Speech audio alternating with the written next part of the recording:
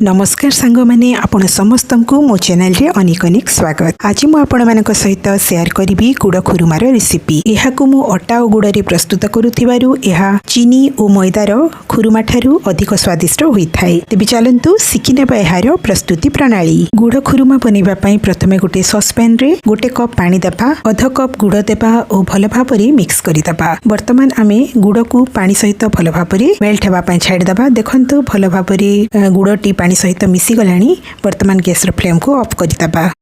एबे आमे गोटे बड़ पात्र रे गोटे कप अटा नहीं जिबा, 2 बड़ चमच सुजी पकेइबा, स्वाद अनुसार लुण मिसेइबा, सब सामग्री को भल भाबरे मिक्स कर दबा आ गोटे बड़ चमच घी ऐड करिबा। घी को हाथ साहाय्य रे भल भाबरे अटा सहित मिक्स करिबा। देखंतु घी भल भाबरे अटा सहित मिक्स होई गलानी। आ जदि आमे हाथ रे याकू बांधिबा ताहेले आराम रे अटा बांधि होई जाउछि। एबे आमे प्रस्तुत करिकि रखिथिबा गुड़ पानी को अटा मिक्सचर रे ऐड करिबा आ अटा को भल भाबरे चकटी नेबा।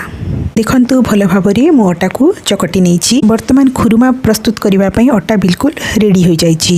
एबे आमे बेलना पीढ़ा अल्प टिके तेल देकी चारिआडे भल भाबरे स्प्रेड करि नेबा। बेलना बाड़ी रे मध्य तेल को भल भाबरे लगेइ नेबा, जा फल रे हमकु बेलिबा पई सहज हेबो। एबे अटा मिश्रण रु गोटे बड़ गुळा नेकी आमे एहाकु गोल आकार रे बेली नेबा। एहाकु रुटी भली पतला बेलिबेनी, एहाकु टिके मोटा करी बेलिबा। एबे आमे गोटे कटर बा छुरी साहाय्य रे चारि कड़ को गोटे स्क्वायर आकार देकी काटी नेबा।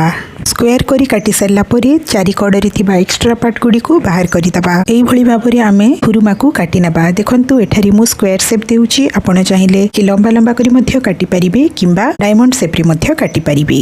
अटा खुरुमा गुड़ाक बहुत सहज रे बेलना पीढ़ारू बाहरी जीवो। वर्तमान आमे एहाकू गोटे प्लेट रे काढी नेबा। एबे आमे खुरुमा गुडी को छाणीबा पई तेल गरम करि नेबा। तेलर आंच को लो टू मीडियम रे रखिबा, बिल्कुल भी हाई फ्लेम रे रखिबानी। वर्तमान आमे खुरुमा गुडी को तेल रे पकेइबा। गोटे कंटा चामच साहाय्य रे खुरुमा गुडी को टिके उलट पालट करि देबा, जा फल रे कि लागी लागी रहिथिबा खुरुमा गुडी को अलग अलग होई जिवो। एकदम धीमा आंच रे खुरुमा गुडी को फ्राई करिबा, जा फल रे कि भीतर पर्यंत खुरुमा गुडी को सिझी परिबो। देखंतु धीरे धीरे कलर चेंज होई गलानी। 5 रु 7 मिनिट भल भाबरे भाजिला परे खुरुमा गुडी को बढ़िया भाबरे प्रस्तुत होई जाईची। वर्तमान याकू गोटे प्लेट रे काढी देबा। देखंतु अति स्वादिया गुड़ खुरुमा प्रस्तुत हो जाइछि। यह बाहर क्रिस्पी और भितर मुसमुसिया बा खास्ता लगी थाए। खाइबा को यह बेस स्वादिया। आपण माने मध्य यहाकू थरे ट्राई करंतु। यहाकू 2 मास पर्यंत एयर टाइट कंटेनर रे स्टोर करिकि आपण माने खाइ परिबे। अटा और गुड़ रे प्रस्तुत ई खुरुमा को आपण माने निश्चित भाबरे ट्राई करंतु। निजे खांतु और अन्य माननकु खुआंतु। केमिति लागिला रेसिपीटी मतामत दे निश्चित भाबे जणाइबे। रहुछि नमस्कार।